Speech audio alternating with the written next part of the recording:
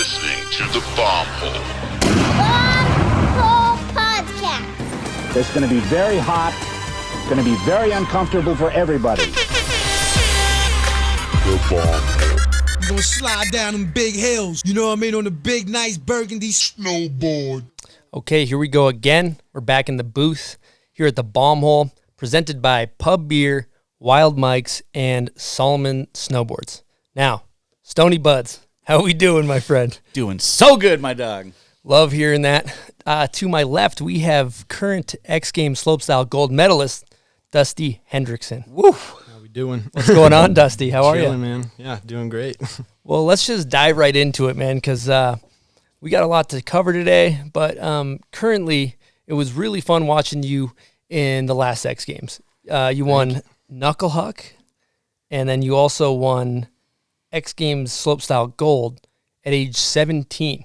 Can you like kind of paint a picture of what that week was like leading up to it and everything like that? Yeah, it was definitely a pretty crazy situation with the whole COVID and everything, because all I could hear about was like, this is so different. There's no party. Like, where's the party? Where's everybody at? Like, so it's definitely weird, like kind of going to registration, signing in, and then like just going back to the hotel room, chill, and then go snowboard, go chill. But it was super fun. It was definitely nice, like, for a contest, for everyone's like body wise, I feel like it was nice for how chill it was. It was just, everyone was like, go practice and then go do literally nothing until the next practice. What about the fact that you guys had no crowd? Was that a weird situation? Yeah, it was a little weird, just being at X Games, and it was like kind of just feeling like you should have more nerves, but it was just like kind of a chill event just with all the homies. It was just super fun. So it was like weird, but also in its own way pretty dope.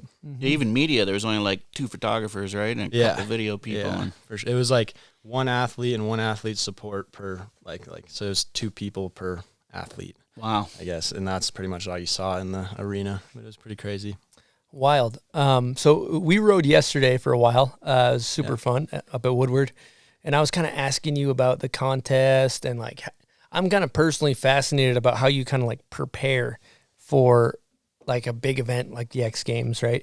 And you're kind of one of the younger guys in the event, but you were saying some cool stuff about how you don't really like, a lot of it's out of your control, so you don't overthink it too much, right? Yeah. I mean, there's just so many like inconsistencies in the way like the sport works, just in general, like like one edge mark creates one rut one way, and then you fall into that rut, catch an edge on a rail, and then, I don't know, you break your hip or something crazy. Like, you never know what's going to happen. So like, yeah, it's kind of hard to control everything when you can't control anything in a sense. So I try to just relax and try to just snowboard, treat it like another practice run. And that's genius for somebody your age, to be able to be like, I could catch my edge and banana hook into this rail. So yeah, I mean, it's just great. Yeah, like you could have like the slightest uphill wind, which makes you go like the fraction is slower, and then you knuckle. And I don't know. Yeah, there's just too many things to think about that you just can't think about, or you'll freak out and won't be having fun boarding. And that's when I feel like I ride my best, is when I'm just having fun, just snowboarding. So it shows in your riding, dude. Thanks. Yeah. It was kind of cool. We had James Jackson on here not too long ago, and he was kind of saying that, if you can make the judges want to go ride, that's kind of how you win. I thought that was really cool, because that's kind of the effect that your slopestyle run had. There was a lot of people doing similar runs, but yours just had that extra little flavor to it. Yeah, thank you. Yeah, I'm so stoked. That was a miracle of a day for me. Well, you listen to music when you're riding, right? Yeah, I do. I mean, it's pretty off and on, like if I find the earbuds or if I don't, but yeah, I try to listen with music for sure. What were you listening to the day you won that? I was listening to Hypnotize, like Biggie Smalls. Yeah, on repeat all day. On repeat? Yeah, just because you only get like 35 seconds of riding, and then you're on the sled, so you can't really hear your music, so just pause and repeat. That's sick. Yeah. I would like to see somebody take your slopestyle run and edit it to, because you had that bounce to it. Almost, I could see it kind of working. Flow into Hypnotize, that would It's be kind of weird sick. how like mid-comp run, you'll just be like, oh, this song's sick. Like, this is just so sick, like being out here on this course. It's like for dropping into practice, like first run, it's like nothing you've ever just hit or ridden before. So it's just so crazy, like riding up that big quarter pipe first run. It's like, it's a wild experience for sure. Was it your first X Games? Yeah. Wow, coming in with the stoked. win. You told me something yesterday about how you did you learn switchback 12s? I've learned them. I learned them here last year, and I've done like 4 or 5 since then. So I was like feeling pretty confident coming in. But then that first jump was like the lip was kind of a little flatter, and I have a hard time like popping off my switchback. I kind of like let the lip do it for me. So I like pulled up and just couldn't figure out how to get like enough spin or any like enough all week to like get even a 10 around, let alone like a 12. And then the last day, or like the night before before comp day, I like screen recorded Mark McMorris's run and like just to watch him do a switchback 12, because I was like, I have the rest of my run, but I just need that one trick. And then like, first run of practice, I like hit it, and then the second run, I like landed the 12, and I was just so hyped. And then, yeah. So basically, you didn't have a run until 20 minutes before. Yeah, no, it was a miracle. And I was Jeez. like, I had like my whole run. I hadn't done backside on the second jump yet, because I couldn't do the first jump. I couldn't like get 12. So my first run was like the back 10. I did a back 10 just to like hit it backside. Well, I tried triple, but I didn't think I was going to get to my feet, so I didn't quite. No, you look like you're chill. It looks like a chill situation when you're riding. Yeah. Are you chill or are you freaking out? I mean, I'm trying my best not to freak out, kind of just like trying to stay as chill as possible and not think about anything, kind of just hollow like head. Trying to distract Yeah, myself. sounds like you go hollow head. We call it the hollow head technique. Yeah. Well, I feel like that is almost when like stuff just works out, is when I'm like, I'll be even like, I'll kind of test myself sometimes in like park riding. You'll just like drop and be like, all right, let's land everything right now, like comp run kind of. And then the more you like stand up there and get ready for it, like the more I almost mess up, and the more I just am like, all right, comp run, and then just like drop in without thinking about it. And then it like kind of just works out, because you're just like going through it almost. It's just weird. So if you're watching this on YouTube, I'll drop some of these clips in. But yesterday we went and rode Woodward. I follow cammed him for a handful of laps. And I would kind of ask him at the top, like, Dusty, what are you going to do on the jump line? And he'd be like, I don't know. I figure it out when I get to the jump. Damn. That is some black belt level hollow head action right there. Yeah, I don't know. I have a hard time just doing that. I feel like it's more fun to just drop in. And then I've also been trying to kind of make myself better at riding regular, just like get a more natural feeling with your switch stance, because I feel like the more you can just flow around and like do whatever you want with your body. Like, so when you're talking about regular, you're talking about riding switch, just to be clear. Because I'm goofy. So like, I don't know if you guys have heard of like Scapegoat. Yeah. He's a skater. Yeah, it's just so like crazy to watch him skateboard, because you could never ever tell if he's regular or goofy. So it'd be like sick to have that in snowboarding, where you like do like a switch pow slash and then come in and do like some crazy I don't know. Just having that like endless level of freedom to be able to do whatever you want in whatever way, which is kind of why I try to like ride and not plan stuff. So like if I'm coming into the second jump like weird angled for like one trick, I'm not gonna like try to get over the other side to like make that edge mark. I'll try to just maybe do another trick and just try to keep it flowing, instead of like making a plan and then like scrambling to make it work, and kind of just going with it. It's more Back more in the fun, day, if that we makes never sense. knew if J2 was going switch or regular, only because he looked so sketchy. He looked switch both ways. He always looked like it was a liability coming into the jump. So I like your technique. Sounds a little bit more like it'd be an advantage for you. One thing too, you said yesterday when you're the kind of this is a corny term, but the aha moment on the switchback 12, or you were talking about. It's kind of we're getting into some intricacies of snowboarding here, but with the switchback 12, you were kind of talking about staying over your board. Yeah, because I like have a tendency, especially because like when I was trying them a lot of the days, it was a little slower, so you're having to like tuck, which makes your chest like you're almost hunched over at like a 90-degree angle. And then when you're trying to like set for a trick, you can't go back all the way. You have nowhere to go back. If you're standing up, you can just go so far back, and you have so much more to throw across your body to get the momentum to like get around. So I was just like, he is standing up super tall and staying like centered, which is where you can jump straight up, and how you don't drift if you're like centered. Because if you're leaned over, you jump like that, then you're gonna go that way or that way. So yeah, there's a lot of little tweaks that you can do and think about in general, just when you're like hitting jumps. It's super weird. Yeah, I love. I think the body mechanics is fascinating with like how you guys are able to go off of a jump and do a 1440 that seems effortless. When like I will, if you have bad fundamentals, you try a 720 and it requires a lot of effort. And it's like the same with anything. The hinge, when you hinge at your waist, you lose all you're not going to jump high if you're hinged. But when you have that kind of good body mechanics where you're more over your board. Sure. And anyway, we're kind of getting into the weeds with that stuff, but I think it's fun to talk about. You are always bombing crazy. in, right? Yeah. And leaning forward. It's like Makes a lot of insane though sense. how like the littlest changes can make the biggest difference. Like if you make your edge roll like 10 feet before the bottom of the lip versus at the bottom of the lip, how much more spin you'll get off of just changing that one thing is insane. Because like if you just time the G's, like the amount of G's when you're going versus like the lip hitting you, you just have so much more to bounce off of versus if you're like going slow and were to just like jump. So once you can utilize like how to use the G forces and just like G out almost and fling, and it's like it just makes it so much more consistent, and like it's so weird, like the littlest things though that can just How does a 17-year-old learn these things?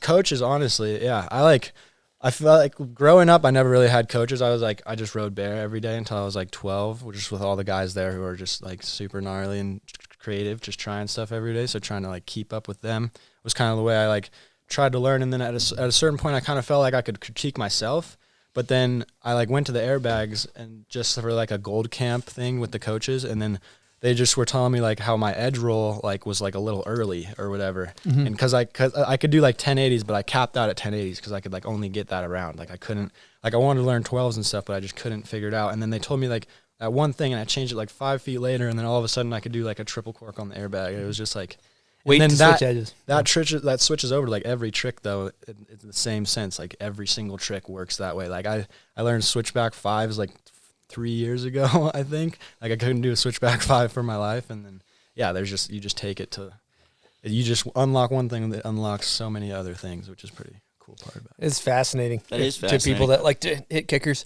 Now, let's go back to back to the early years and the role of your parents and stuff, because everybody I talk to makes your parents just seem like complete badasses. Do you want to kind of paint a picture of the early days? I know you raced PW50s and being from SoCal and all that stuff. Yeah, my dad was just straight moto head board guy his whole life, and my mom's pretty much the same, just loves boards and bikes and all that stuff. So my parents got me on pretty much every sport they could get me on when I was little, and I grew up racing like dirt bikes and mountain bikes, and eventually just started getting too hurt in those, so I switched over to snowboarding. But yeah, they're so rad. They've made it possible for me to do what I do. So yeah, I can't thank them enough for sure. Yeah, I heard some really cool things about your dad. He does like snowmobile tours. He's driven a taxi, a bunch of other things like that. And from what I gathered from talking to everybody is that like they, it wasn't like you guys were rich by any means or any stretch of the imagination, but they made sure that you guys got outside and were able to do cool activities all the time. Is that correct? I mean, they're just like me and my brother. Like they just literally want to have fun. So I feel like they've prioritized their money on just making sure that we can all have as much fun as possible and like be outside and do what we love. So we can do that every day. So they kill it. And my dad, he owns a mobile detailing business in the summer, and now he's in the winter right now, he's doing the snowmobile adventures. He got invited up to do that because he bought a sled like 4 years ago and just started riding a bunch out in Mammoth, and everyone sees him. Oh, there's Marco. He's a pretty loud guy, so he's always talking to everyone, so everyone knows him. But yeah, they're awesome. They do everything they can to support me and my brother, and it's super sweet.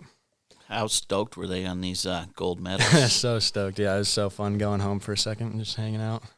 Where did your name Dusty come from? My dad definitely wanted me to be a dirt bike racer because that's what it was. They just thought in general I'd be in the dirt my whole life. Like that's all they were doing at the time when they had me. Like they had me and my brother both at Supercross in Las Vegas. Like that actually, hold on. Well, we got a guest question presented by Salomon from Scott Blum, which kind of pertains to what you just said. Hey Dusty, Scott Blum here. I was wondering, do you know at what event were you conceived? Las Vegas Supercross. Wow. Hallelujah. I could see that. You're watching the race. I get fired up at the races too. You want to make a baby. You know what I mean? He is a spawn of Blum knows Supercross. this, dude. Yeah, that's great. Well, Spawn of Supercross. yeah. What's your brother's name? Dylan. Yeah. I think last night Blum texted your dad to make sure that fact was correct. He's like, "Hey, was Dusty conceived at Supercross?" He goes, "Yeah, and Dylan." And Dylan. Yep, a year later. Wow. I know for a fact that Dan Breezy's kid was spawned at X Games Real Snow shooting. Oh, that's. Oh yeah, I was there. he was trying to get. He would ditch. He would tell us, "All right, boys, got to go to hotel room for a good hour in between shoots," and we would just wait. And then They were like go back out timing and her shoot. Yeah. Ovulation. Ovulation? Ovulation? Ovulation. Yeah, I we're getting don't into- know these keywords. We'll save this for the breezy episode when that happens. Let's stay on target with that stuff. But yeah, dude, I could see how the Supercross has that effect on people. And with a name like Dusty, that's awesome. Yeah. Should have named you Snowy. Yeah. It's more of a cat name though. Yeah. That's what they've been saying. Cool. Your dad was also a ripping boarder in the early days of Pear. Yeah, for sure. He started snowboarding when he was 20. He grew up in Huntington Beach, down there in Arcadia. Yeah, also, and just started snowboarding when he was like 20. Just tried to get as many people as he could into it because he loved it so much, and then ended up linking up with Tom Sims and then working for him for a little bit, just like repping snowboards and traveling around.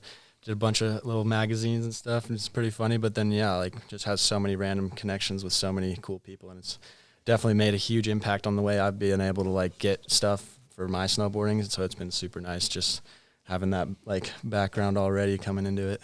Mm-hmm. And your mom, you said yesterday, she was into mountain boarding. You're sponsored. Yeah, mountain boarding? yeah. So my dad, he ended up going to Big Bear and like starting a snowboard instruction there, like the whole snowboard program there, and ended up after that he went to Mammoth and did the same thing kind of, and then after that he ended up making his own like mountain board companies and started doing that, and then met my mom in Big Bear and then got her into it, and then they both kind of just started doing that like marketing thing, and then she ended up winning a world championship mountain board like competition. She's got the little like spoke wheel trophy in there. So sick. It's pretty sweet. Yeah. You got to be fucking die-hard snowboarder to mountain board. Yes. Because you're getting bodied out there on the dirt. Dude, I've been at Trans Ams, and she'll just like, all of a sudden, me and Dylan are like doing the little contest, and she'll come out, should I do the women's division? Like, do the women's division, win pro class. Like, yeah, she's insane. Who puts in more days than you, or who puts in more days on the board? She might be beating me at this point. Wow. She's up there every day. That's pretty cool. Yeah. These guys had you shredding at 2, correct? Yeah. That was on. Did you have a choice between skiing or snowboarding, or they just wasn't even an option? I went for like, I started off snowboarding, and then this little kid Anthony's birthday or something for like 3rd grade, we went up and we were all supposed to go skiing, and I wouldn't get in the ski boots. They hurt, and I was like, I want to snowboard. Like, that would be a hard thing. I can already snowboard. Like, these things suck. Like, I literally can't walk. And I just was freaking out, I guess, the whole entire birthday party, so he never tried again. Killer. Nice. Yeah.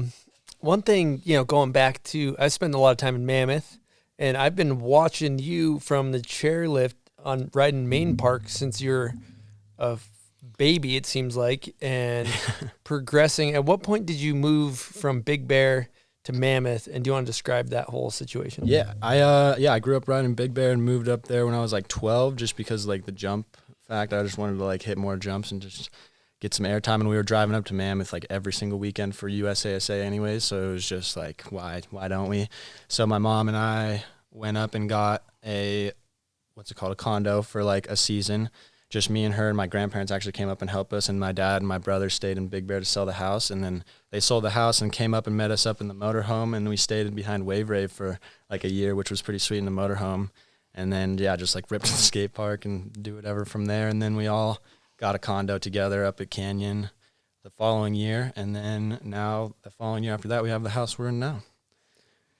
Incredible. So that's why when you build your life with your child around snowboarding, and you don't have that much means, and you live in a damn motorhome, and you ride Mammoth all the time. Yeah, and look how excited. I mean, he it is. almost was. It was like they could have gotten a house but we just like wanted to get the perfect house because we knew we were going to be here for in Mammoth for a while.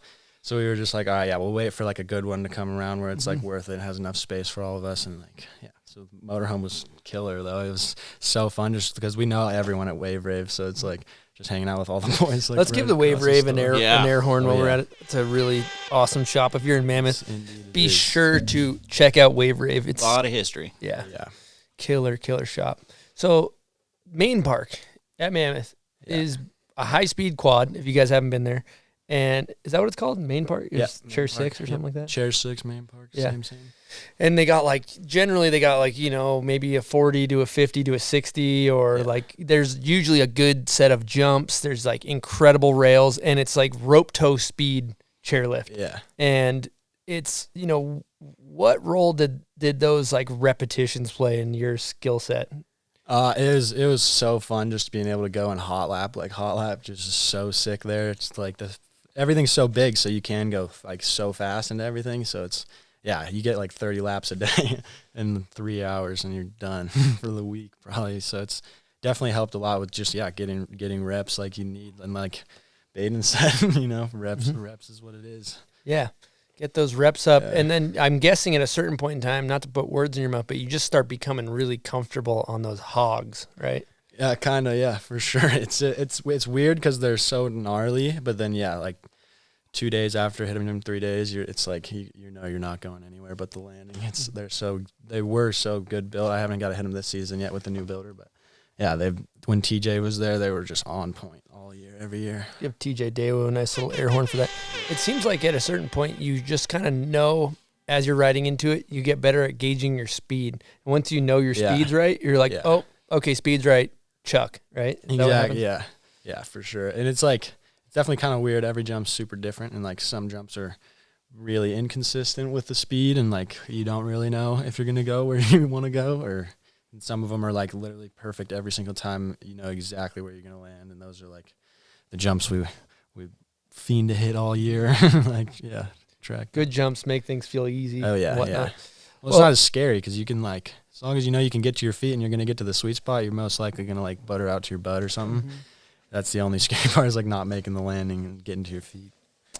Well, that brings us to our next guest question, which is presented by Salomon Snowboards. Now, I know that you ride the Salomon Huck Knife Pro, correct? Yes. Yeah, I haven't got a chance to ride that hog, but Dusty does wins the X Games on it.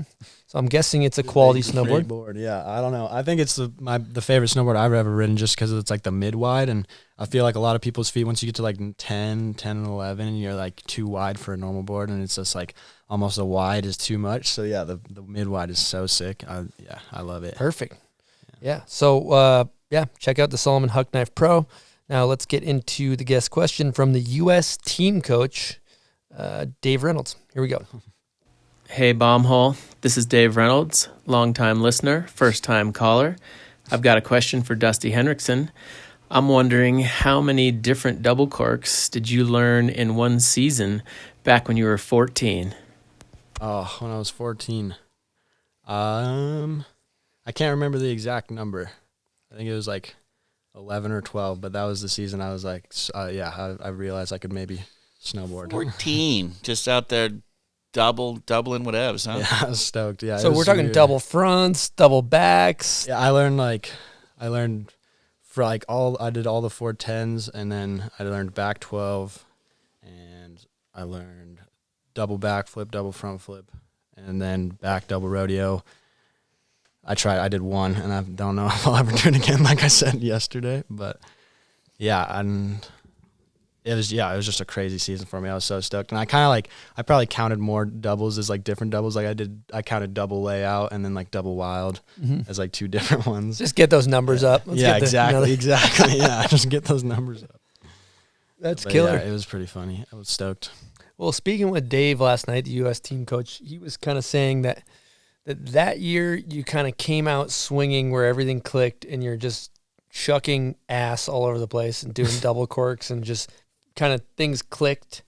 And then you got broke off, correct? Yeah, I went into my first season of Rev Tours to try to qualify for World Cups and stuff, and just could not stay on my feet at a single event. Before I went to Waterville was the first Rev Tour. I separated my hip on just a tube. I went to go back 3 on and caught my nose and just did the worst side scorpion, and then went there to try. I kind of recovered from that because it was a week and a half before, and then was feeling good, and then hit a bomb hole on the first jump and just did the same thing, tomahawk, re-separated it, and then I came out here to Park City to try to 2 weeks early to try to get some training on the jumps and just to ride the course. And then first day of practice there, like did a front 7 on the second jump and kneed myself in the face and like knocked myself out and flew 40 feet to like, face was looking messed up. And then recovered from that like 2 weeks later at my grandparents' house, and then went back up to Mammoth. And then 2 days later back on snow, I overshot the big air jump in practice for Rev Tour there and broke my ankle. Wow. And then Tom Brokaw I was out for like 6 months. Yeah. I was Definitely a pretty Tom over it. Brokaw situation. I was so over Dusty it after Henricksen that. presented by Tom Tom Brokaw. While you were getting Tommy Brokaw, let's shout out Tom Brokaw for that. It seems like you kind of did you have any was it a shitty time when you were hurt and having to deal with being hurt? Well, they kept like my ankle. I was an idiot. They said it was going to be 3 months, so I was like, it's chill. And then I was using the crutches, and then the crutches started hurting, so I started walking on my cast.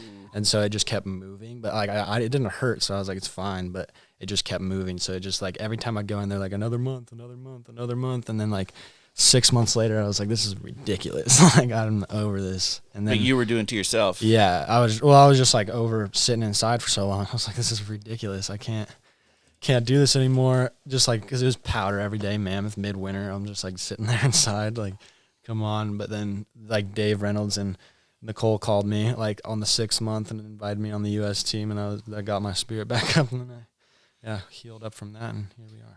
But it seems like there was, talking to Dave, he kind of made it sound like, all right, so you came out swinging, you got Tommy Brokaw repeatedly, and then it kind of took a minute for you to kind of find yourself and refine. Like even yesterday when we were talking, I was kind of how do you figure out how to do a goddamn 1440 off of these hogs all the time? And you made it seem like you kind of pick and choose when to turn it on a little bit, right? You kind of figured out how to figured out your flow in that sense. Yeah. Well, I went through like a year of growth spurt where I grew like 8 inches in 1 year. So then my body just had that was the year I kept getting hurt, was because my body just like wasn't with me, like caught up enough. So I still kind of feel like I'm almost catching up in a way.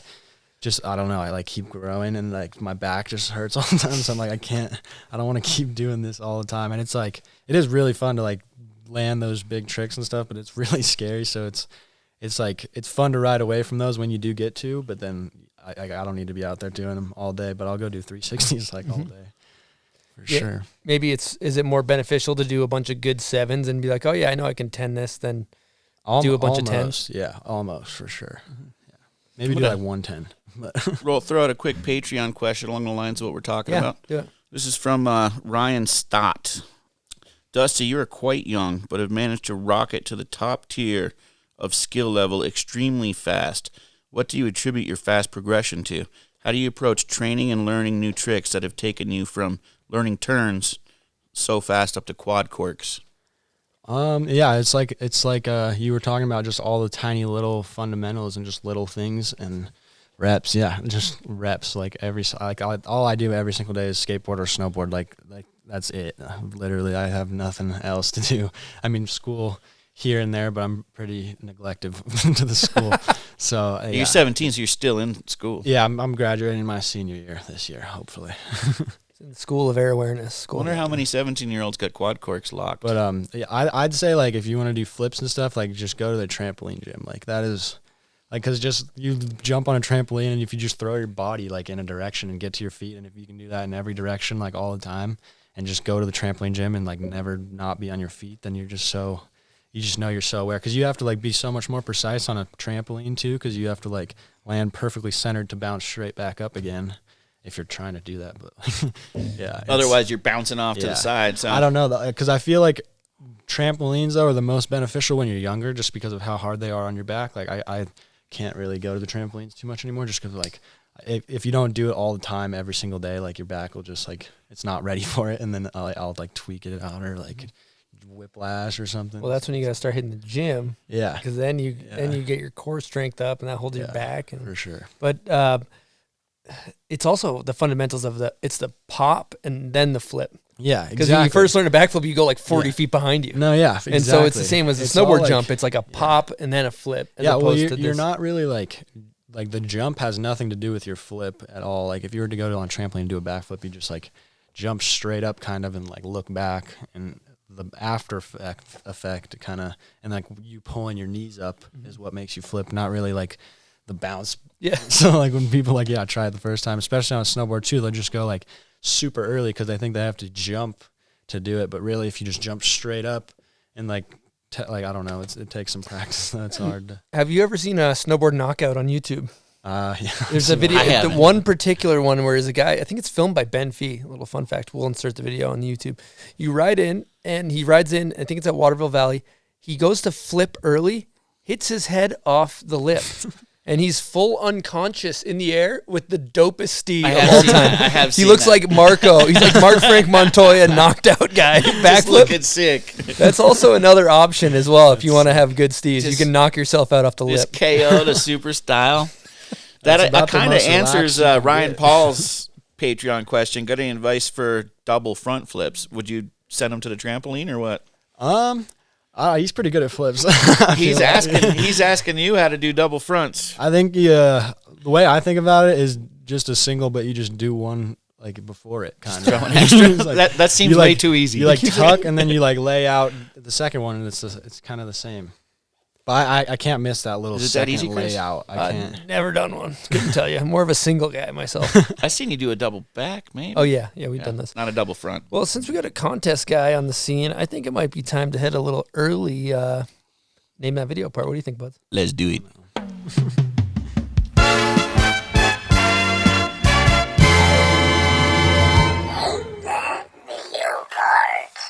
Okay, Dusty, how confident are you feeling 0 through 10 on the Name That Video part? Yeah, we're going with the zeros. Woo!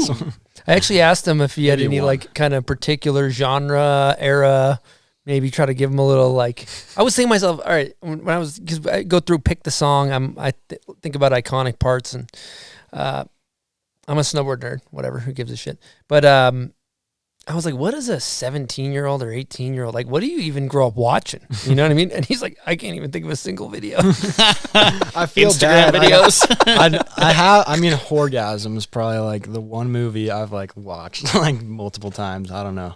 I don't have like super. Interesting choice. Yeah. Your dad wasn't feeding you videos as a kid? No, I don't even know. I just never really watched videos. Well, I wanted an Xbox for my 10th birthday or whatever it was, and then my brother ended up stealing it. So I was just like, fuck it, like I don't even want to fight you to play that thing. I'll go outside, and then you don't have to bug me because you're all angry from playing video games all the Now time. you got the gold medals. So he was just doing it. He wasn't watching it. Yeah. Okay. Well, if there was like a Vegas spread on the chances of him getting this, Seems like it there's would. no You could possible if you put down like chance. $10, you'd probably win like $50,000 Yeah. in this. Okay. We'll see. Here we go.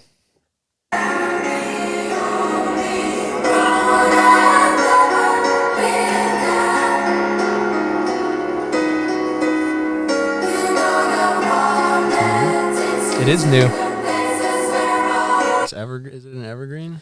No, Sounds kind of like that vibe. it is kind of that vibe. I can let you kind of squirm around for a little bit longer if you want. Let him squirm around. I've only watched Evergreen and Tangle recently. Okay. Well, in that case, I award you no points, and may God have mercy on your soul. That's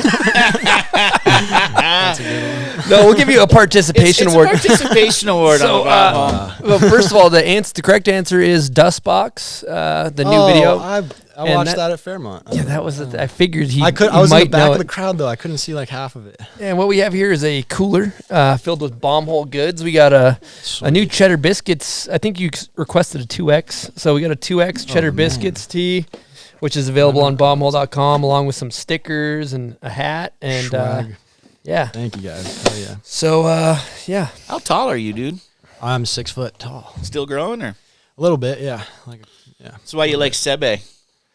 dude, he has good tall guy steep. Yeah. He's got good steep. Just the way Period. he like falls into his stuff is so crazy. Just like sets a front 7 and then like last second just rolls to his feet on the 10. He is chill. You guys are both very chill in here. Chill bubs. Like somebody almost shot him with. It almost looks like Dusty was shot with a tranquilizer dart in the neck before dropping into X Games. What do you think, and bud? it just works, yeah. So does somebody shoot you with a tranquilizer dart in the neck? Or? No. No. I don't think they allow that. Is that a performance enhancing drug? We're gonna need to get a fact check on that. Tranquilizer dart. You see somebody with just a gun shooting. shoot me. It would be a blow dart. Okay, we still got another song for Name That Video part. So this one's for the listener viewers. If you're unfamiliar with the show, comment on the photo of Dusty on Instagram when his episode comes out for a chance to win what, buds? You might get a sticker pack. Take it up with customer service if you haven't received it yet. Here we go. I feel like I should know this one. Hustler, bad motherfucker. Oh, wow, that's a good track. Well, buds, you should know that one. That's Why definitely... don't you take a stab at it? We'll beep it out. Hold on. Play it again. Okay, here we go. You know that siren? Yeah. Hustler, bad motherfucker. It's from movie. Yeah, no shit. I don't remember which one, dude. They all roll into them. They just blur into It one wasn't- big... Wasn't from know that. Yeah, that I'm going was- to go later, like maybe, or I don't know. A later... Well, you know it's for the listeners anyway, so Yeah. let's just Let's leave it. Somebody will know it. They got a hint. Yeah, they got a hint. Someone will know it like that instantly. Yep, absolutely. I want to say... That's incorrect. Damn it. So, I think. What do you think? Maybe some hot takes. Mhm. So I like to hear the hot takes from the youth. Yeah. Okay. Let's get to some hot takes. So, what do you think about new rap? It depends. Yeah, there's definitely certain couple songs that I'll listen to, but What do you think about Lil Pump? I can't get down. Not that one, little I pump. can't get down. Okay. Who do you think the MJ of snowboarding is? Minecraft. Wow. Holy shit! The youth is talking. The streets are I'm gonna talking have to right give now. an air horn for that answer. That is Bit of a dope. curveball, but I love it. I love it. Steroids in competition. I say respect, dude. If you can hit a jump on steroids, you're gnarly. Okay. What about tranquilizer darts? Good luck. Good luck. Okay. What about when you're in the lift line and you hit like one of those beaver slaps where you hit your tail on the ground? That's just a good, like a feel good, I feel like. It's like a trick. Feel good move. Okay. What do you think about boot cut pants? Boot cut? Boot cut is where it kind of like aggressively tapers in around the knee. No, I don't like those. Yeah, I don't like those. Not a fan. Not a fan. Okay. Tried them, but can't. If you could see one musical artist, dead or alive, who would you see? Biggie Smalls. Biggie Smalls is the illest. That is actually the correct answer.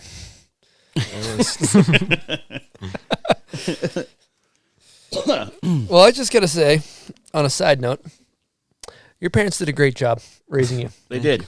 Because if I was, how old are you? 18? Yeah. And I just won X Games Knucklehuck and gold, I would be a complete cocky asshole. True. And you're just super humble. He's just mellow, chilling. Thanks. Yeah. Yeah, I don't know. I like, there was just some beef that happened when I did end up like kind of learning those doubles. I was just like, started like talking about it like kids do. They like talk about themselves kind of. You're just like hyped. You're like, I learned this. I learned this today. People were and then I fronting on just you? was like, yeah. Well, then like, of course the boys were like, shut up, dude. Like, what do you, like, I want to see it on the gram, or like, where's the clip? So then I just started posting it on the gram or showing the clip if they ask, like, I don't know. So I feel like it's better for them to just find out. Cause like, if you're doing good and you want people to know that, people are going to just like, if you're doing good, people are going to know that and notice. And I don't know how to describe it, but Action speaks and it's louder like, than words. Yeah, I don't You got know. humbled. There's no reason for like, I'm not trying to be like cocky or anything. Like I don't want to, like, I would hate to be that guy. Just nobody wants to be around that guy. Like, I treat everybody how you want to be treated is kind of just how I want to live and how I want my friends to treat me. Like, I don't know. It's nice to be nice. Did you notice after you win those golds, more people wanted to be around you? Yeah, definitely more people who like have never talked to me or looked at me twice have been like hitting me up and just like saying hi, and it's like it's pretty. Yeah, Still the definitely. same guy. Yeah, weird and cool. But yeah, that same person as back then. But yeah, Do you take the Drake approach with no new friends by chance? what is that approach? No new friends after you blow up. Oh, no new friends. Same neighbor, same number, same hood type program. I could back it. I can see it. I can see why he backs it for sure. I don't know. You never know who you're gonna meet though. I met you at a gas station on the way to the 7-Eleven. Yeah. My local Savvy. Yep. If you're in the Utah area and you're at the 7-Eleven at the mouth of the canyon where you go up to Brighton, there's about a 75 to 78% chance you will see Eastone there. 2 days in a row. 2 days in a row. 2 days in a row. No plan. Just First day, I recognized him. Yeah, but he didn't kinda say hi till recognize second him. day. Yeah, and then second day, I was like, that's definitely him. You were up going to shoot your real snow. Yeah. We were trying. That's to how hit I that found out you're even in spot it. up at Alta, yeah. Talk about the real snow. What's yeah, that? How's that it was going? crazy. It was super crazy. I was so shocked when they hit me up to do it, and then I found out it was everything, anything you want, which was pretty cool. Hey, explain exactly what the X Games Real Snow video competition is for the layman's kind of. Yeah, it's so they have, 6 to 8 riders? I can't remember. They keep changing it up and switching new riders, but 6 to 8 riders, whatever it is, and then we all put out video parts that are 90 seconds long, and this year you can do whatever style of snowboarding you want. You can do park, pipe, literally anything you could think of, and then. But in the previous years, it's just been street stuff. So yeah, it's definitely an interesting contest because I feel like some of the guys are just going to do street and some aren't, and it's going to be crazy to judge. And yeah, I feel like it's going to come a lot down to just the video itself and how it works with the team. You're sitting next to an X Games gold medalist. What was Real your snow. What was your strategy going in? Were you going all street, or what was your thoughts when you got asked to do it and how you wanted to approach it? I was really shocked and kind of didn't know what to think because it was right when COVID was kicking in and the contests were still kind of getting canceled and then not canceled, and it was just I was am I gonna have time kind of? And then I just was honestly, I don't really care if I have time. This is the one event I've always wanted to do. This is the dream event. Why would I pass this up kind of? And the more I thought about it after I committed, I was yeah, I want to do this. I was kind of oh shit, maybe I shouldn't do this, but. Yeah, I'm super glad we just stuck to it because I wouldn't have been able to do it at all if they had the original schedule because I was gonna have a contest in August or no October, which was the end of it. Started October 15th was the filming, and then so that was gonna be right in the middle, and I already had a bunch of contests in January, so I was shit, it's too late to call it, but it's too I don't know am I gonna make it? And then luckily the week before I was gonna head out to that contest, it got canceled, so we had an extra 2 weeks to be able to get everything done before January, and then went out to Europe and tried to do some contests, did a big air, and then the U.S. team ended up getting locked down with COVID because a couple athletes tested positive, so that was interesting. But yeah, it was fun. I'm super stoked that we were me and my team that we kind of created were able to just get it done as fast as we got it done and just got that many clips. Especially there was no snow at all to to go anywhere or get any powder shots, so I was kind of forced to just do all street. So it was scary, but yeah, definitely got so lucky and just so glad to be able to walk away with 90-second. How many clips did you get for 90 seconds? I got 11. I went on a sporadic last-minute trip to Mammoth for a week before I went to Europe, and then because I knew there was something we could do there. There was the most snow. It was 2 feet or something. I was we got to just go.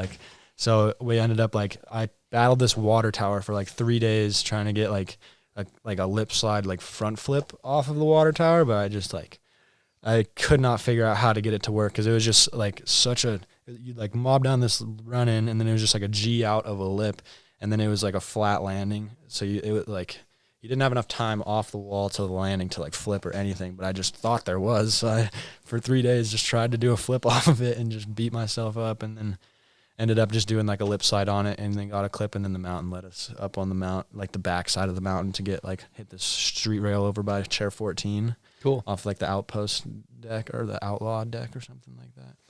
So I was, they clutched up for sure last second. It was pretty sweet. I've seen a lot of riders go into that, and during the whole process be really stressed. Were you pretty stressed? Yeah, I was definitely not super stressed. It was super fun, but I was kind of just wondering what is going to happen here. I was definitely kind of I need a part. The first couple spots were not going well either. I was just trying stuff that I no way in hell could I ever do or want to do because you're just going to get hurt doing it. It's just, and then going to the streets is just such a different beast. There's so much to learn and figure out to have a consistent session and a productive session. So there was definitely some trial and error for the first week and a half, 2 weeks of filming, but then we kind of started getting stuff. We would show up to the spot, think of a clip that we wanted, and then like go 20 minutes later we're out and like onto another spot. So then I started kind of like feeling a little more comfortable and like just like, all right, this is gonna happen. Like when you're good, dude, the thing like he's gonna when he actually gets the spot set up, he's so fucking good. He's just getting a clip. Yeah. Well, it's like I don't think I've ever been in a spot for 20 minutes. Some spots, Bud hasn't even got his camera on his bag in 20 minutes. I'm not even there yet. It was we hit the weirdest spots. We literally would like pull up with my filmer in the back seat. I had my brother driving, and I'm in the front seat like with my snowboard and like just run out, like try to get a clip, and then like get kicked out. Were these your first time in the streets? Yeah, it was crazy. Yeah, wow, dude, it was my first couple. I'm excited to see this. When I go back to when I was 17 hitting street rails, I would hit the most dog shit spots. Yeah, not really even know just what's up. Hungry. That was the worst part because I was like, jump dude, on anything. I don't want to hit anything but like literally this little down rail over here at all. So it was definitely way harder, and just because I only wanted to hit like 3 or 4 street spots. I was like, all right, I want street in my part, so I'll like sacrifice my body kind of almost, and hopefully I get away with those 3 street spots. And I was just baffled that we were able to like actually go hit 11 spots, way more than 11. But just walk away from the whole process was very. It's such a lucky feeling.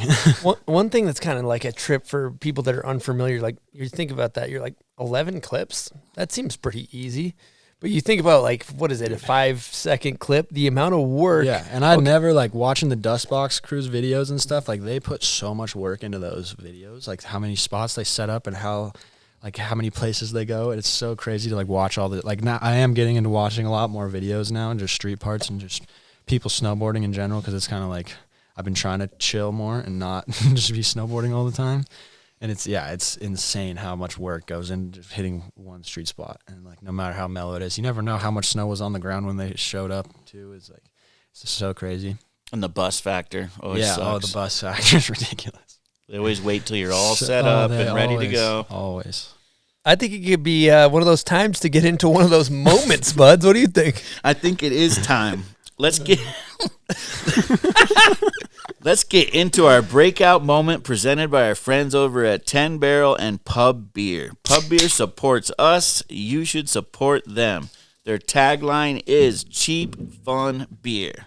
Now, Dusty, before snowboarding became a big, serious career for you, back when it was cheap and fun, do you have a memorable breakout moment? Yeah, I went over to the Locks Open last year, and I ended up winning the qualifier. And I was, that's kind of, I feel like when people started like kind of just knowing my name, and I'd like walk around and people kind of just, I was one of them almost. So yeah. Where were you in Europe? I was in Locks, yeah, Switzerland. They were kind of like 16? Yeah. They were like the big dogs here to eat. Yeah. They were starting to kind of take eye on you, see what you were doing. Yeah. I ended up like learning like a double front flip hand drag. Ooh. And I think I remember that. That was fucking crazy on the wavy thing. Yeah, it was like a weird like double lip, and then in the middle it had this roller, and most people were like kind of hitting the lip to like the middle or like hitting them as a jump. But I figured if I just like rode through the middle and I just like huck. Buds, this clip is unbelievable. He We'll like have to post dives it it while we're forward talking. and then does it. It's dude, you must have kind of went viral from that clip, I'd imagine. That was my kind of breakout contest for sure. So is actually your riding at the contest that was a breakout moment. You didn't show up and people knew. You walked away. Oh, yeah, people being like, damn. Yeah, I was kind of Who's that kid? for sure. That's cool. We'll have to cue that clip up. I got on Monster that week too. I was so stoked. Stolly like came up to me with a hat of Monster stuff. I was like freaking out. That's awesome. Yeah, it was a sweet week. Lo and behold, if you were to be riding Mammoth on any given day, seeing this guy get down, that's kind of what you see on a regular kind basis. Kind of par for the course. Thanks. One thing, talking to Dave Reynolds, who's the U.S. team coach again, give him an air horn. He said that you are very coachable. Yeah, I don't know. I feel like they are very helpful in the sense that they like have the videos all the time, and they're like just being coaches like off snow too. They just manage everything, like where we're going, what we're doing, which is like, I think it's kind of nice. I don't really like care about them bossing me around or whatever. Like it's like pretty chill to have someone just taking care of all the bullshit like when you're going around places. So they take the stress off, and they're just like, they make sure everything's dialed for everyone all the time, and like it's super nice. Yeah, and I feel like once you get to a certain point, you kind of like know what you do wrong in your head, but then it's nice to go up to the top and like have them with the tablet and then being like, yeah, that's what went wrong. Cause like they can, like, you both are like, yeah, on the same page. So yeah, I feel like we're on the same page a lot kind of with that stuff, but they definitely help with like the little mechanical things that like I won't notice, like switching my edge too early or not standing up. Cause they are like kind of hard to notice when you're just going super fast at a jump.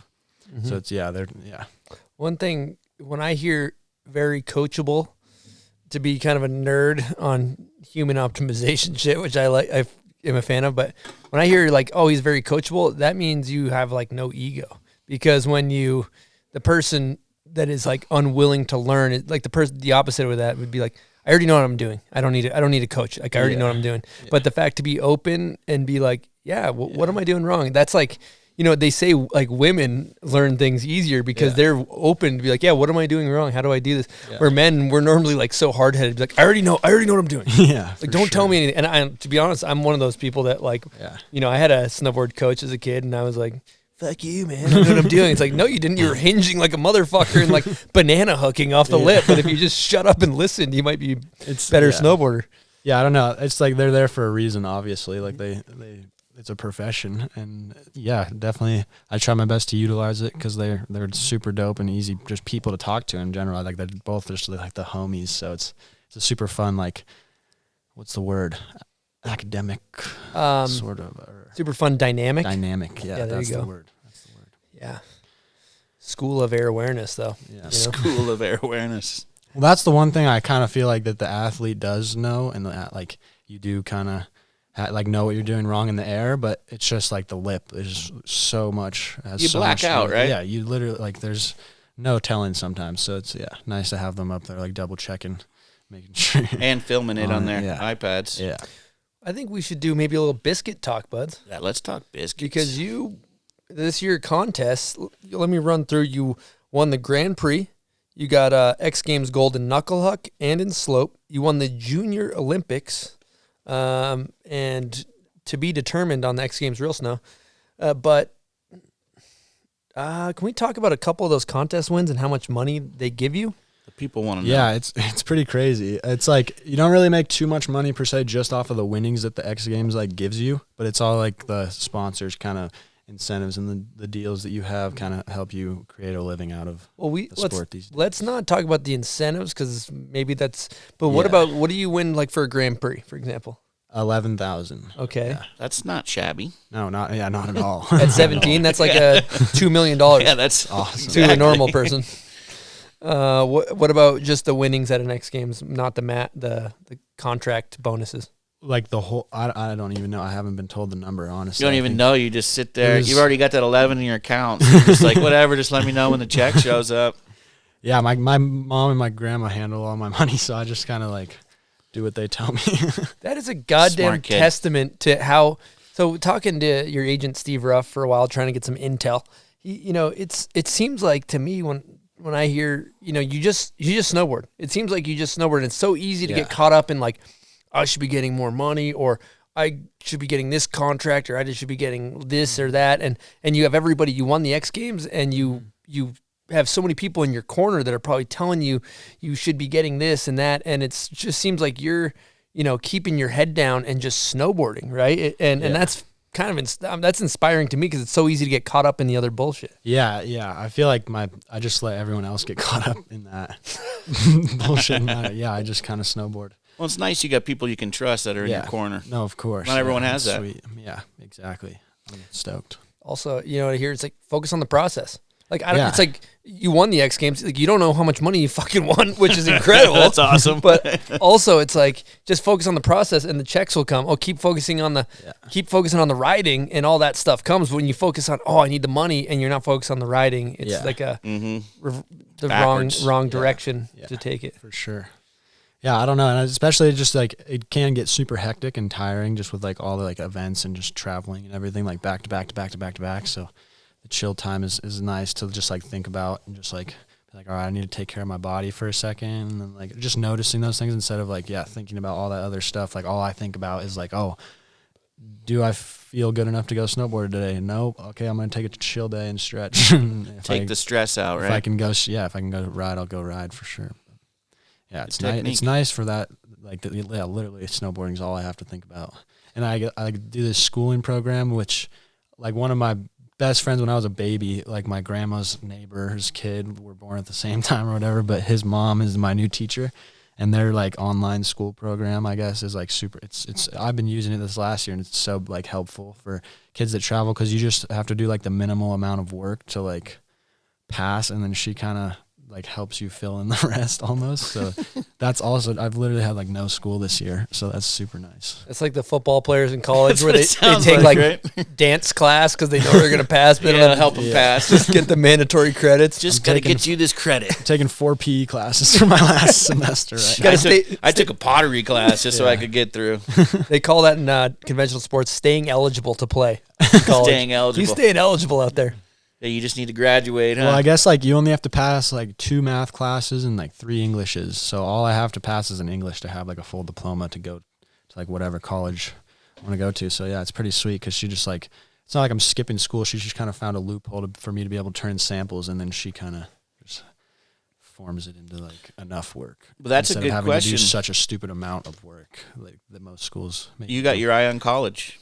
I mean, yeah, it would be sweet to go for something. Yeah, eventually. I'm definitely going to take a year off because it's like the Olympic year, and it's kind of perfect first gap year after school. But yeah, I don't know what I'm going to go for or what else I would want to do. But I feel like to have a backup is nice, especially snowboarders don't make the most, no matter what kind of snowboarding it is, for sure. You win those gold medals at the Olympics, so it seems to to help. stick around. Yeah. I got a Patreon question because it involves another gold medalist. Copy. This is kind of I think you'll like this one. Should we explain what Patreon is? Because we haven't done that in a few let's episodes. do that. So our Patreon is a subscription-based platform where you can sign up and support us. And you kind of get some behind-the-scenes action of what's going on. And then you can send a question to Buds, and he may or may not pick it to be listened to on air, like this one is right now. And we also have some content you'll only see if you're a Patreon member. But this one's from Bob Rangel. So he's interested to know, do you think the quintuple is possible? Because Red was on our show, and he said only if you're roiding will you be able to pull that out. And that is, I think it's possible. 5. But right? Do you think you need roids also? You think it's possible I think if without? you have enough airtime, you could do 5. But yeah, I don't know. To land it, you might need some extra help. Do you see yourself going for this? No. I think they need to stop the quads just because they're so dangerous. Like the level of G forces that you're hitting the ground at are just so dangerous. Because like triples and stuff you can kind of fall pretty damn hard on a triple, but you're not flipping fast enough to like really die if you're like making the landing. Like unless some crazy thing happens where you go 3.5 to the bottom, it's pretty like hard to get that messed up on a triple cork, if that makes sense. Like you're not gonna, I don't know, but quads feel like they can kill. Like after just watching like Takaru just slam like the one slam, I was so like, dangerous. I was like, I'm out. Like I would be done. I'd be walking away, and then he just like he's gnarly. You were at the enough to top of get the up course and- for that. I was at the bottom. I saw him literally just hit the ground like 50 feet in front of me. I was like, oh my! It was like the hardest I've ever seen. He got or a heard concussion, someone right? like- He must have. I think he. Yeah, well, I thought he was out for sure. I was like, he literally hit the ground harder than anything I've ever seen hit the ground. It was. Let's bad. talk about that X Games Big Air while we're on the topic. Before, like, what is it like at the top watching somebody just like staring at this wedge at night? And mind you, there's no fucking crowd. There's no crowd this year. It's indescribable how gnarly it is being up there. Like watching those guys, like that jump is just so big, and they're just like, you can't really tell how fast they're going in, and then you see them hit the lip and then just take off. Like, you're like, yeah, I don't know. You're one of those guys too. I like yours, like those guys. It's crazy they do that. Well, he does more I'm slope style, not right? doing 18s, and yeah, I don't know. Is that why you focus more on slope style over big air? I like it just because there's like a lot of little ways that you can kind of come out better in a slope style event than like big air. And big air, it's like way harder for me to just like get hyped up to do that one trick, and especially because like all they're focused on is really adding a 180. It's like Mons even proved it. He did like the sickest switchback 16 nose like ever, and then like in the big air we went to out in Kreisberg or something like that. I can't remember what it's where you called. go. Like Austria. Yeah, Austria. Kreisberg. I remember watching that. Yeah, it was insane. Like who knows who should have won because it's like how you judge it. Like Mons did the back double 14 nose and then the switchback 16 tail, and then Max Pro did like front triple 16 and then cab triple 16. So it's like if it came down to style, if it came down to style, Mons would be on top all day. And if it was and then there was Sven in like this middle ground who did like the sickest back 18 stale and then like a front 18 like melon. So it's like it's really hard to judge, I feel like. We got to take a quick break and talk about one of our sponsors. Stony Buds, what are we talking about right now? Let's talk about the Ikon Season Pass. They are launching their new season passes for the 21-22 season. Own the season, own the stories, own the stoke. Now, there are more than 40 unique Ikon Pass destinations. One of my favorites being Brighton Resort. One of my favorites also, Snowbird. With the exclusive spring savings, including special pricing for the 2021 pass holder renewals, savings on passes for kids, and a new payment plan for how much, Buds? $0 down and 0% APR. Right now, take advantage of limited springtime pricing, including the Ikon Pass. For how much, Buds? $999 is the adult price. That unlocks the most days, the most mountains, and, super important, no blackout dates. They also have the Ikon Base Pass. For how much, Buds? $729 for adults. That opens up a season of adventure with limited blackout dates. And lastly, they have the Ikon Pass 4-day. How much is that, Buds? The adult price is only $399. That allows you to kickstart your ride. Also, you get credits in the event of a COVID-19 closure with the option to defer the value of an unused pass, no questions asked. Every moment spent in the mountains is a new opportunity for discovery and connection because as the mountains connect us, these unique communities are what hold us together. Here at the Bomb Hole, we deeply care about communities, huh, Buds? Community is all we got. Own the season, own the stories, own the stoke. Discover pass options and claim your moments in the mountains at iconpass.com. You know, one thing I wonder with all this stuff, with all these 18s and everything, is that if you look at aerial skiing, at a certain point in time, aerial skiing was like 8 million backflips and however many fulls or whatever they call it. You're like, I don't care. There's no style in aerial skiing, right? It seems to be a dead sport. Gymnastics. So how do we avoid big air turning into aerial skiing? They definitely need to X-nay the quad. X-nay the quad. Okay, noted. That's what they did in the aerials. They X-nayed it because people were dying. They really it's too dangerous of a trick. Yeah, they completely were like no quads allowed in competition. I didn't know that. I didn't know that either. People were actually dying. Yeah, so I'm back in that movement.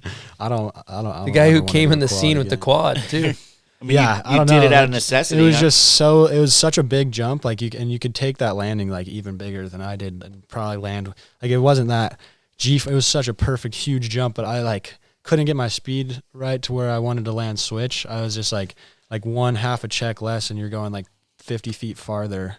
And I've only done like 116. So I was just like, I can definitely maybe squeeze a flip in rather than like going 16 and a half to my back. Yeah, that weird where you come uncorked and your feet aren't under you. As there's opposed like there's like a weird tailwind that just like pushes you like on the lip sometimes, and you'll just go so much farther than you think you're gonna go. So it's weird. Yeah. You can feel that, huh? Yeah, for sure. I got a question for you. You rock sleeveless. You're going short, like just a t-shirt. In was that US Open and X? Yeah. Let's talk about the reason why you're going t-shirt on them. It's hot, honestly. Like just the sled laps and how fat. Like because they only gave us 25 minutes of practice for X Games too, and I US Open. I only brought a jacket that day, and then I wanted to wear a hoodie, but I didn't bring a hoodie, so I just was like, I can't wear a jacket. It's too hot, so I just t-shirt. Yeah, just I don't know, necessity, kind of just like. It's going to hurt if you fall pretty bad. There's definitely a couple times where, like, in the beginning of practice, you'll, like, knuckle a jump, and I, like, front flipped on one, and I was like, I'm so glad I have my jacket on. But then, like, as soon as you're kind of making the jumps and getting to your feet, you kind of feel more comfortable, and you know you're going to get to your feet. So I kind of just, like, don't really worry about the arms. I got to slap some respect on that T-shirt. Dude, that's definitely respectable. Maybe it makes them land more. Now, do you think you kind of feel, like, crazy, too, because you just have wind, like, flowing, so you're, like, yeah. You just feel so much free and like only feel your limbs instead of, I don't know, like moving around instead of just like a big jacket. And all that. Is it going to become superstitious where you're like, oh, I won X in the shirt, it's -30, I got to wear the T-shirt? Is that going to be a scenario that happens, you think? If I'm hot enough, yeah. It's weird, like, because I tried to hit most of my real snow spots in a T-shirt, and I ended up pretty much hitting like almost all of them in T-shirts, because like when you're that like just hot and sweating, like you can just go forever, and then like it sucks when you stop moving because then you freeze up. But if you just put a jacket on after, then it was pretty chill. Yeah, I don't know, just yeah. Another question. So I noticed you're wearing a Tap Out T-shirt. Yeah. So this guy, he's got 11,000 biscuits, age 17. He can certainly afford any type of T-shirt. Why the Walmart Tap Out shirt? I don't know. I've grown up. I love like thrift stores and just like, I don't know, definitely find some cool stuff in thrift stores. And I've never really had like the money to go out and buy like super nice stuff whenever I want, especially because like I got free stuff like from Volcom and just random stuff from my dad. So like, yeah, I had no need to go buy anything crazy. But if I could go to the thrift store and get like the sickest jacket I've found all year for $10, I'm there. So yeah, I found like that T-shirt and a matching hoodie for like $2, like both of them for $2. I was like, perfect. It was just a pretty funny thing. I thought, I don't know, it's a funny stereotype. I love it. Do you not have an outerwear sponsor? Not at the moment. I'm kind of running like Oakley stuff. People need to listen up then, huh? Kid's a free agent. Maybe Tap Out will come through and slide a contract across the table. Swag. That would be sick. And also, I know you're into, you rock the like no effects patches and you're a big punk rock guy, correct? Yeah. I've been definitely getting into it more the last few years for sure. I like grew up like just listening to punk and rock with my dad, and then I just was like, I need my own music. When I like was like 12 or whatever, that's when Biggie came in. I need to be my own person. Yeah, Biggie and like and all the new rap kind of got into that for a bit, and then I don't know. I love all music, but yeah, punk just never gets old for me. Mm-hmm. For sure. What kind of punk you slapping out there? Everything, dude. Los Angeles, X is one of my favorite bands for sure. I don't even know enough about it to. I don't know effects. That's the only. Yeah, No Effects is also a slapper. Misfits. See, now we're talking. That's some shit I know about. Led Zeppelin's pretty cool. Not really a punky vibe. Not punk rock. Yeah, can't go wrong. Led Zeppelin's Led pretty sweet. Can't go wrong there. Yeah, I just like music in general, and that was the only place I could buy a bunch of patches. I went to Ranch Records here in Salt Lake and just grabbed every patch I knew the name of the bands of. I just was like, I don't know, I like messing around with like little projects just when I'm bored, because like I don't really have the most school, so I'm just like snowboarding, kind of messing around. So I'll like make a pair of pants or try to like make a hat, or I want to eventually would be dope to like own my own sort of clothing line, or maybe not own, but like designs my own sort of line would be sweet.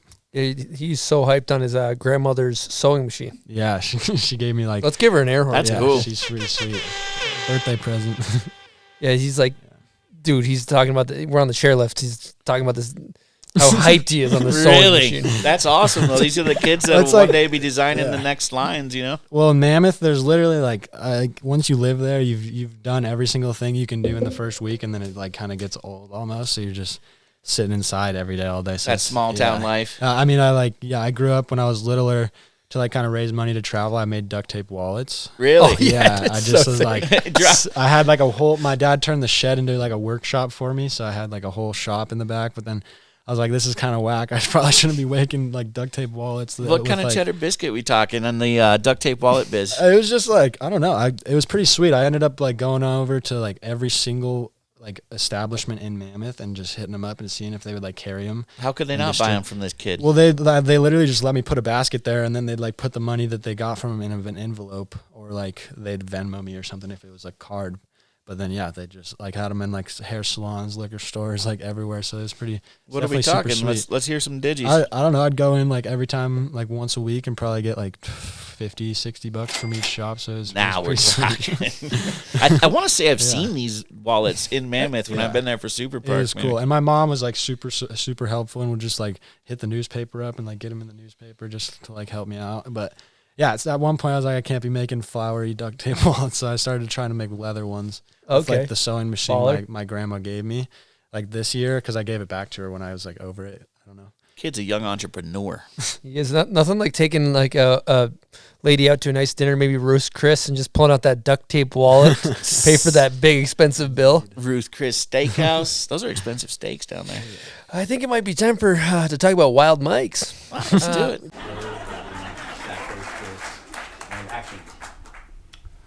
Listen, we need to talk about Wild Mikes.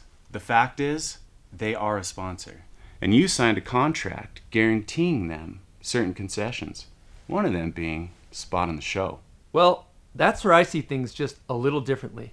Contract or no, I will not bow to any sponsor. I'm sorry you feel that way, but basically, it's the nature of the beast. Maybe I'm wrong on this one, but for me, the beast doesn't include selling out.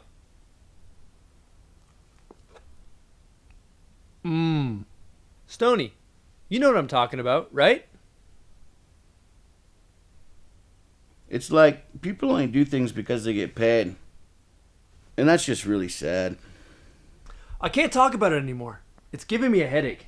Here, drink one of these. The Bomb Hole. Banter. Edgy. Cheddar Biscuits. Look, you can stay here in the big leagues and play by their rules, or you can go back to the farm club. It's your choice. Yes, and it's the choice of a Bomb Hole generation.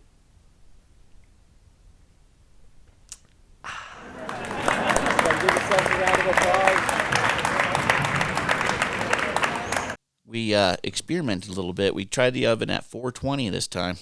We like ours a little bit more, not burnt, let's say, but we like ours a little well done. And if you want to try out, get yours a little more well done, try out 420 on the Fahrenheit on the oven. Pro tip 420. We also have kind of an exciting announcement happening right now that maybe by the time this comes out is already public, but you just got on Salomon snowboards, correct? Yes, I did. I'm stoked. Yeah, what's going on with that? Yeah, I just got on the team. Yeah, they just signed a contract, I think, yesterday. You were riding them in the event, though, right? Yeah. I was right after like Corona hit, kind of DC just started like getting pretty gnarly budget cuts, and they had to drop like most of their team. So did you get clipped? Yeah, I got clipped, and then I was just trying out like random boards for a while, and like you were fired button? Tried some like K2s, and I only got to try K2 and Salomon, and then I just was like didn't have enough time to really keep trying boards. I just wanted to like stick to one and ride one, and this was like the sickest board I'd ever stood on, so I just kind of committed to that. What are you riding over there? It's a 158 Huck Knife Pro. Okay, and what do you do to your edges when you get it? I just detune the contact points, just like right here. Just basically outside your bindings, kind of. Yeah. And then, do you know your stance or angles or anything like that? I do. I ride 21.5, and it's a little set back. I ride like my front foot on these two inner holes, and then I put the back foot on like these two bottom ones. So it's like a little bit set back-ish, but it makes it so I can have like the right distance stance. And then I ride 9 and -6. Because I went to like 3-3 because I liked like this kind of straight foot feel on the rails. But then that was almost like duck footed. So I went to like 6-6, and now it's like 9-6. Weird. Those are good angles. Yeah, that's good. I tried to keep it at like 6 -6, but then I like screwed it down wrong one time, and one of them was at 9, and I rode like that the whole summer at Hood, and I was like, well, I can't switch it back now. Yeah, used to it. I can't change 1 degree, but yeah. Somebody was telling me that maybe your mom is like a big tech board person. Like she knows all the specs on the boards and everything. I wouldn't say that. Oh, you wouldn't? She Okay. learned it off my dad. Probably. Okay, so yeah. My dad's the big spec guy. He's wax tech. He knows all the how to make the board fast, all that stuff. Well, he's your wax tech or what? Yeah, he was like until recently. Now we have like the US team tech. Yeah, the team tech, but no fluorocobrins. That's all I know. That's board steroids. Board steroids. They test your board for steroids now, and they do in US competition, correct? They actually scrape the base straight tip to tail. Really? Send it to a lab. Yeah, it's wild. Really? I guess you can. That's how they do it? Yeah, you can like. I don't know. I guess your board can like, I don't know, does some weird stuff with the snow if you have like roids in the edges. So some people roid up the edges. Yeah, I guess it's like to break up the snow or something. Really? Yeah. Well, you think about snowboarding, you are on your edge the most when you're snowboarding. Yeah. So when you have people have burrs on their edges, if you're hitting a lot of rails, like take a gummy stone and Scrub those edges down because that'll make you go faster than a wax a lot of times. Oh yeah, for sure. Yeah, once your edges are jacked. Yeah, no, it's bad. I've tried to ride a street spot board at Brighton, and it did not go well. Not go well. That'll really slow you down. You're like running at the rails. Dude, one trick I wanted to talk about was that nose grab, tail scrape, front flip, or the half cab one you did at X Games, and I know you did one last summer. Where did that springboard maneuver spawn from? Yeah, I don't know. I was at Hood, and they had that little pole jam over just to roll. It goes over this knuckle. It's like a little step up, and I wasn't really having the most fun on it, hitting it and hand dragging or anything. So I was and I just started 50-50 in it, and then I'd land on the knuckle, and I kind of just did a front flip because it just does that when you land on a knuckle sometimes.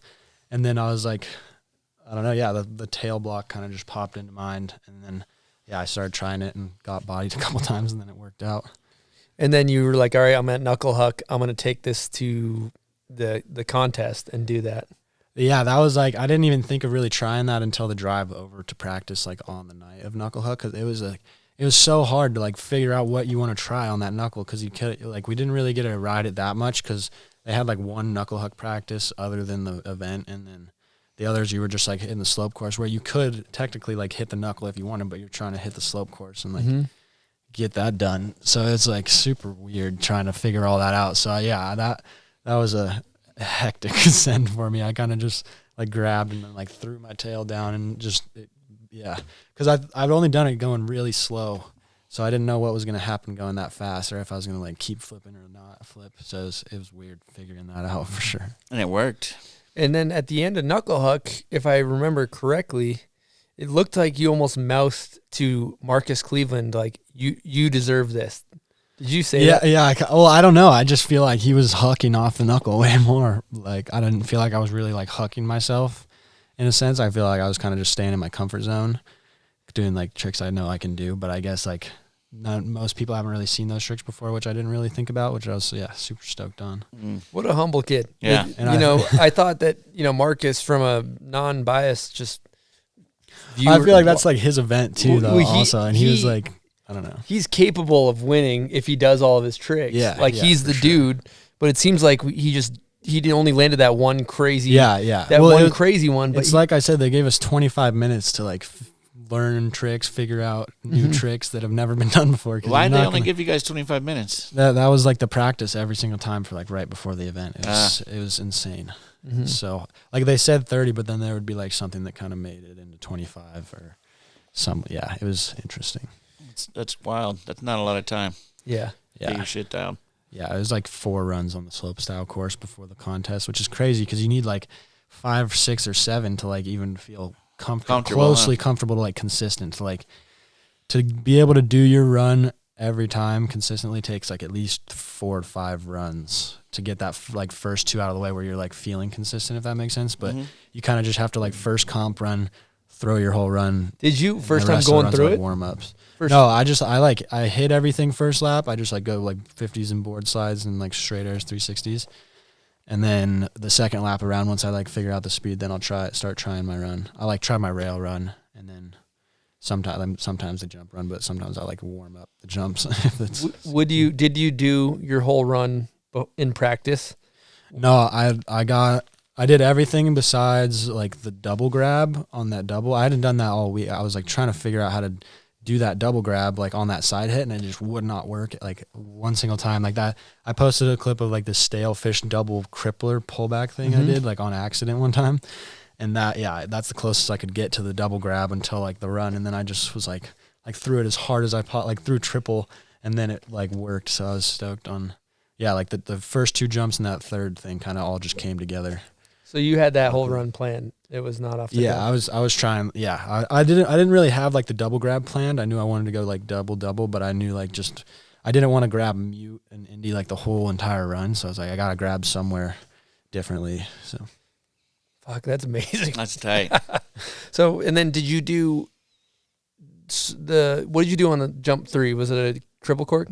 Yeah, on the second straight jump. Did you do that in practice at all? No, I hadn't gotten that because I was trying to learn to switch back 12 the whole time. It's so annoying. Are you scared doing a back 10 when you go into the jump?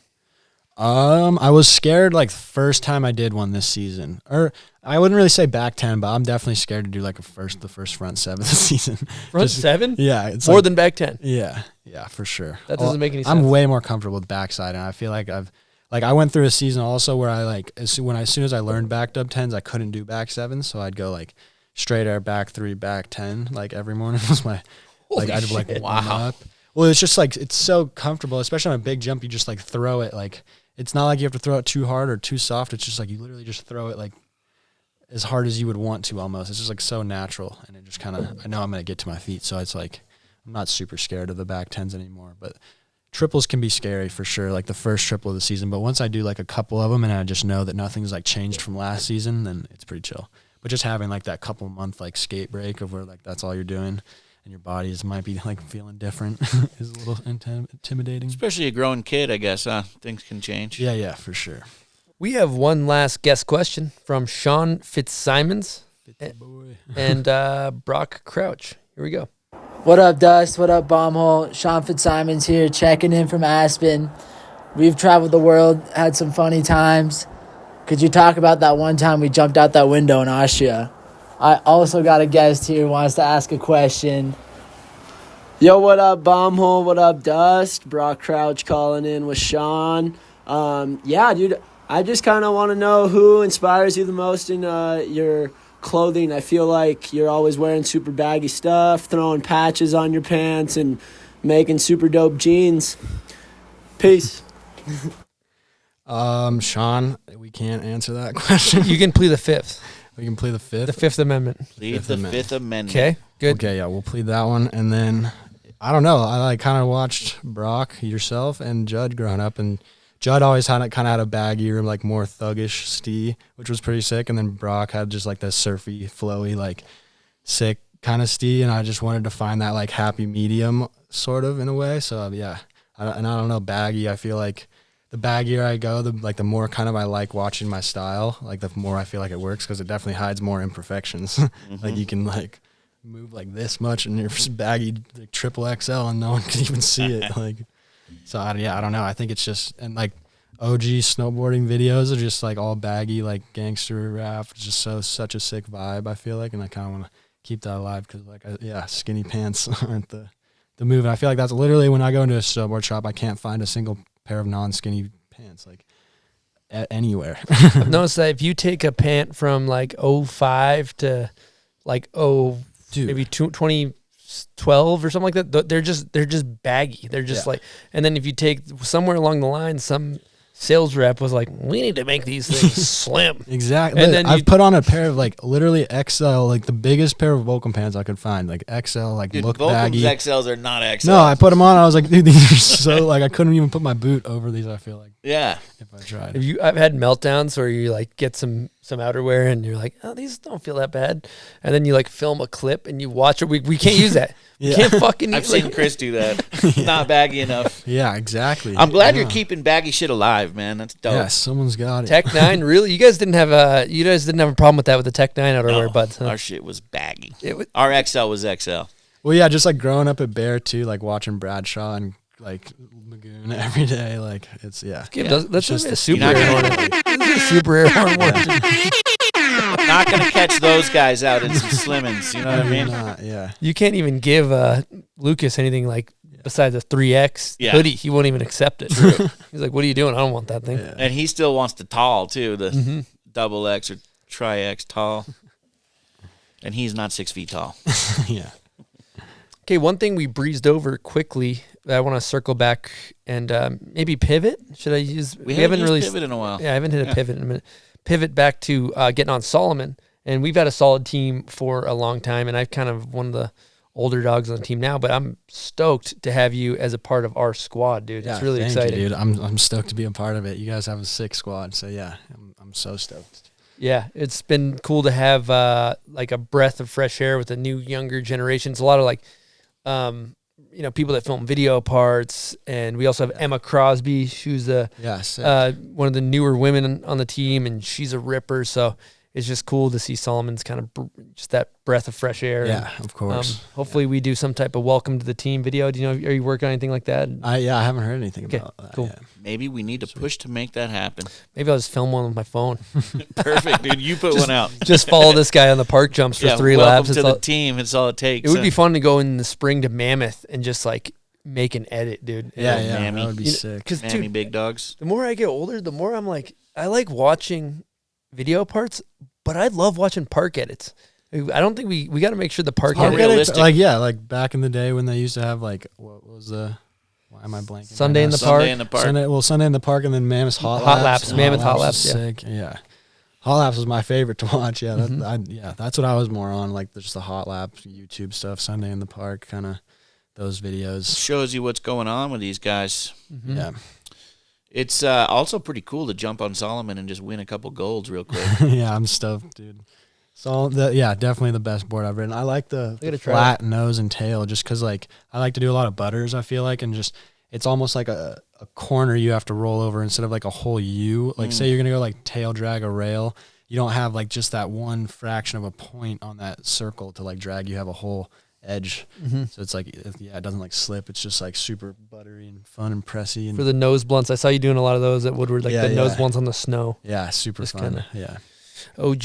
Well, dude, I think we did it, man. Hallelujah. Really, really fun. A lot of really cool, insightful stuff for an 18-year-old. Really fucking a pleasure to chat with you. Freshly 18. Thank you guys so much Yeah. for having me on. I'm so stoked. Do you have any thank yous, people that helped you along the way or anything like that? Yeah, I'd love to thank like everybody who helped out with my real snow, Joey Fava, Jack Wiley, all the boys, literally every single person who just came out to pick up a shovel. It was like the biggest help, and we could not have done it without you guys. And then my family and my grandparents are just the biggest supporters I could ask for, and then my coaches are just the raddest. So yeah, I can't thank everybody who's helped me out to get here enough. And yeah, I'm stoked to meet some more people like you guys. So beautiful. Well, future's bright for you, Dusty. We're stoked to have you on, and thank you guys for listening and watching. And we will see you next week. Over and out from the bomb hole.